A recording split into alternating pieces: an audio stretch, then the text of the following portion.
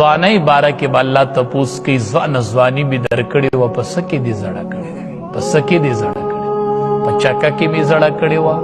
په فیسبوک کې او په چکه کې او په خوب کې نن سبا دقه درې کاره ځوانان کوي په روژه کې ورته ښه سم کار ویلی یا خوب کوي یا فیسبوک کوي یا چکه کوي روژه پې لنډوي ټوله ورځ به ودوي او چې په تراوو کې 8 رکعات وشي نو غلی به د جومات نه وځي ولې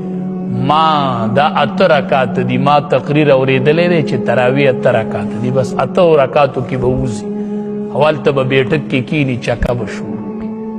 عن شبابه فيما ابلاه د دې ځوانۍ به الله تپوس کوي که نه